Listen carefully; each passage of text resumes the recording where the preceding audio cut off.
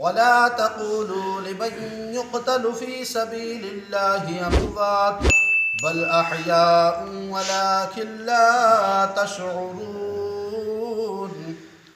سامعین حضرات، اللہ تعالیٰ کا احسان ہے کہ اس نے ہم تمام کو ایک جگہ جمع کر کے اپنے ذکر میں مبتلا کر دیا۔ یہ بہت بڑا احسان ہے۔ اللہ تعالیٰ قرآن کریم میں کہتا ہے الشمس ينبغي لها ان تدرك القمر ولا الليل سابق النهار۔ پروردگار فرماتا ہے سورج کی یہ مجال نہیں کہ چاند کو پکڑ لے، سورج کی یہ مجال نہیں کہ چاند کو پکڑ لے، اور نہ ہی رات دن سے پہلے آ سکتی ہے، رات سے یعنی رات بھی دن سے پہلے نہیں آ سکتی، اور سیارے اپنے اپنے مداور میں چمک رہے ہیں۔ آگے اللہ تعالیٰ قرآن میں فرماتا ہے وَمِنْ آيَاتِهِ يُرِيكُمُ الْبَرْقَ خَوْفًا وَيَطْمَعُونَ۔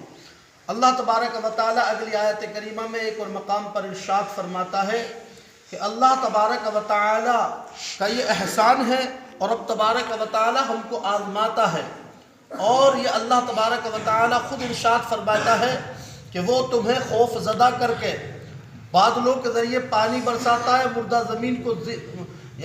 زمین کو زندہ فرماتا ہے، مگر یہ عقل والوں کے لیے نشانی ہے، بد عقلوں کے لیے ان میں کوئی نشانی نہیں، اور نہ ہی بد عقل اس سے کچھ سمجھ سکتے۔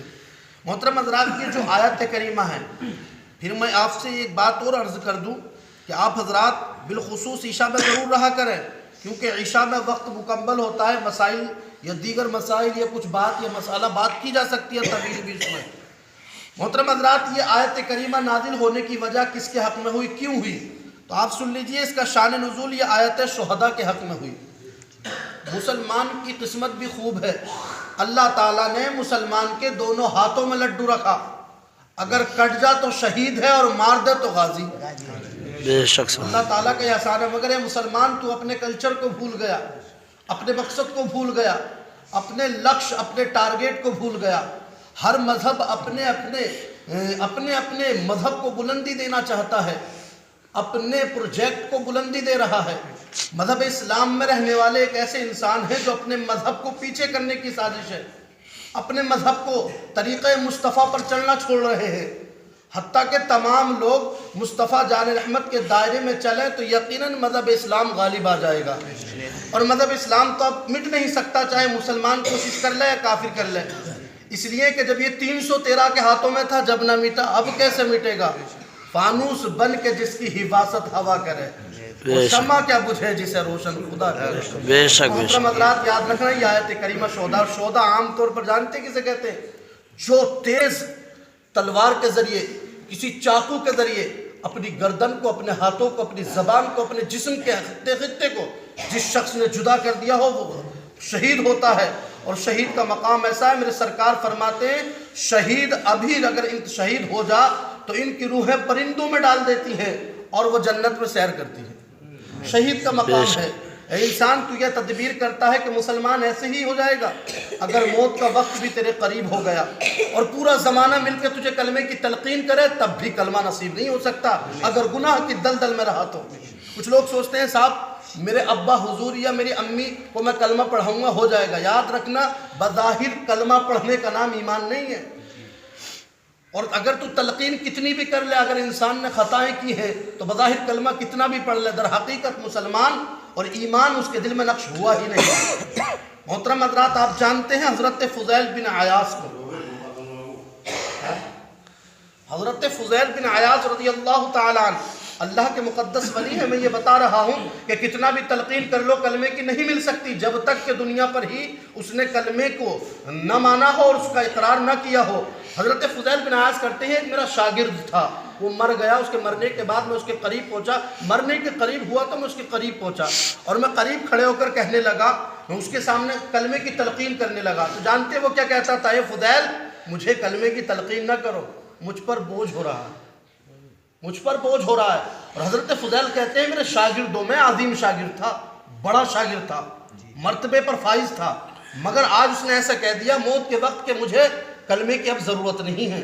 حضرت فضیل بن عیاض رضی اللہ تعالیٰ نے جب محترم حضرات گھر گئے تو 40 روز تک گھر میں روتے رہے، دروازہ بند کر کے، نہ کسی کے گھر گئے اور نہ کسی کو اپنے گھر بلایا، اور روتے ہوئے جب رہے تو تو ایک دن انہیں رات میں جب وہ خواب میں دیکھتا ہے تو وہ کہتا ہے کہ میں بہت پریشان ہوں. انہوں نے کہا تھا تیری پریشانی کے سبب کیا ہے, کیا وجہ ہے؟ تو اس شخص نے کہا تھا میں کچھ گناہ کرتا تھا, حسد میں کرتا تھا, آپ سے دوسرے کی بات الگ طریقے سے میں بیان کرتا تھا, اور اپنی صحت کے لیے ایک بیماری تھی اس کو دور کرنے کے لیے شراب میں ایک مہینے میں یا ایک سال میں ایک بار پی لیتا تھا. تو آپ نے دیکھا اس نے گناہ کیا تو حضرت فضیل بن عیاض اللہ کا اتنا بڑا ولی کلمہ پڑھانے گیا مگر اس کو کلمہ نصیب نہیں ہوا, اس لیے کہ کلمہ انسان سے نہیں ملتا, کلمہ قدرت خداوندی سے ملتا ہے. بے شک سبحان اللہ. کلمہ ہر اس انسان کو نہیں ملتا جسے دنیا چاہے, کلمہ اسے نصیب ہوتا ہے جسے خدا چاہے. تو یاد رکھنا یہ اللہ تبارک و تعالیٰ کے مقدس ولی تھے. اور ایک شخص ایسے بھی ہیں جن کا نام امام شعبی ہے. وہ جب ایک شخص کے قریب گئے, قریب جانے کے بعد جانتے کیوں گئے تھے؟ اس لیے کہ تاکہ کلمہ پڑھایا جائے. تو ایک شخص تلقین کر رہا تھا کلمے کی کہ کلمہ پڑھ دو, موت کا وقت ہے, ضروری ہے.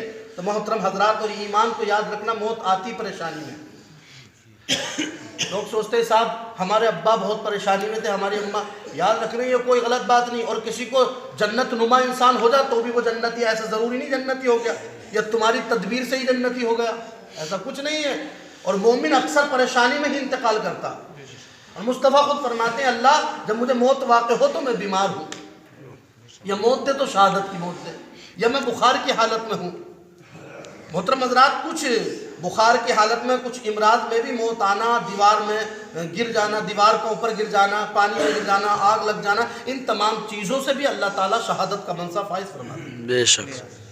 یہ تو حضرت وہ گئے, حضرت شعبی واقعہ بہت بہترین ہے. حضرت شعبی ایک امام گزرے ہیں, جب وہ قریب گئے جانے کے بعد ایک شخص انہیں کلمہ پڑھا رہا ہے تو ارشاد فرماتے ہیں خاموشی سے, ذرا بہترین انداز میں پڑھا. تو محترم حضرات جانتے ہیں وہ مسکرا کر نیچے لیٹا ہوا مریض جو انتقال کے قریب تھا مسکرا کر کہنے لگا ارے بھائی پڑھا نہ پڑھا میں تو کلمہ پڑھ ہی لوں گا, کیونکہ ایمان اور دراصل کلمہ میری زبان پر ہی نہیں رکھا, اللہ نے میرے دل پر نقش فرما دیا. نقش فرمانے کی وجہ تھی کہ زندگی بھر میں نے کلمہ پڑھا ہے. مصطفیٰ فرماتے ہیں جو پوری زندگی میں کلمہ پڑھتا رہے گا موت کے وقت بھی کلمہ نصیب ہو ہی جاتا ہے. پتہ چلا کلمہ پڑھتے رہنا چاہیے. امام شعبی سے جب یہ کہا تو جانتے ہیں انہوں نے قرآن پڑھا وَلْتَنْظُرْ نَفْسٌ مَّا قَدَّمَتْ لِغَدٍ وَاتَّقُوا اللَّهَ, ایک آیت کریمہ پڑھی وَأَلْزَمَهُمْ كَلِمَةَ التَّقْوَىٰ وَكَانُوا أَحَقَّ بِهَا وَأَهْلَهَا. اللہ تعالیٰ قرآن کریم میں کہتا ہے اور یہ کلمہ تقویٰ پرہیزگاروں کے لیے ہے, جو کلمہ پڑھتے تھے ان کے لیے ہے, جو کلمے میں رہتے تھے ان کے لیے ہے, کلمہ تقویٰ نیک بندوں کے لیے ہے. یہ ان کا حق ہے. اللہ کہتا ہے یہ ان کا حق ہے اور میں ان کا حق ان تک ضرور پہنچاؤں گا. یہ ان کا حق ہے اور یہی ان کے اہل تھے. مگر جانتے ہیں ایک مرد واحد وہ بھی تھا جسے کلمہ نصیب نہیں ہوا. جب اس کو کلمہ نصیب نہیں ہوا تو ایک حضرت عبداللہ بن مبارک ہے, جب وہ موت کے قریب ہوئے تو ان کے قریب لوگوں نے کلمہ سنایا تو کہنے لگے لِمِثْلِ هَذَا فَلْيَعْمَلِ الْعَامِلُونَ, لِمِثْلِ هَذَا فَلْيَعْمَلْ.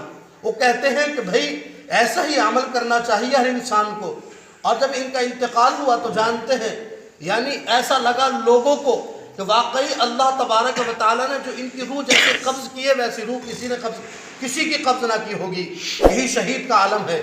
یہی آیت کریمہ ان کے حق میں نازل ہوئی کہ صرف نام کا نہیں بلکہ جس کا دل مصطفیٰ کے دامن میں اور مصطفیٰ کی سیرت سے لگا ہوا ہو وہ انسان شہید ہوتا ہے. وہ انسان شہید نہیں ہو سکتا کہ جس کی پرورش ٹی ویوں میں کی ہو, جس کی پرورش مسجد میں آنا جس پر گرا پڑتا ہو, جس کے اقارب جس کی ماں نے کچھ نہ سکھایا ہو, جس کی ماں نے مصطفیٰ کا درس نہ دیا ہو, جسے مصطفیٰ کے حسن کا پتہ نہیں, کمال کا پتہ نہیں, جمال کا پتہ نہیں, وہ انسان کبھی مصطفیٰ کے نام پر جان نہیں دے سکتا, اللہ کے نام پر قربانی نہیں پیش کر سکتا. اس لیے کہ جذبہ ایمانی کے لیے دل میں ایمان ہونا لازم ہے, اور جس دل میں ایمان منور ہو جاتا ہے وہ انسان دنیا پر اپنے آپ کو اللہ کی راہ میں قربان کر دیتا ہے.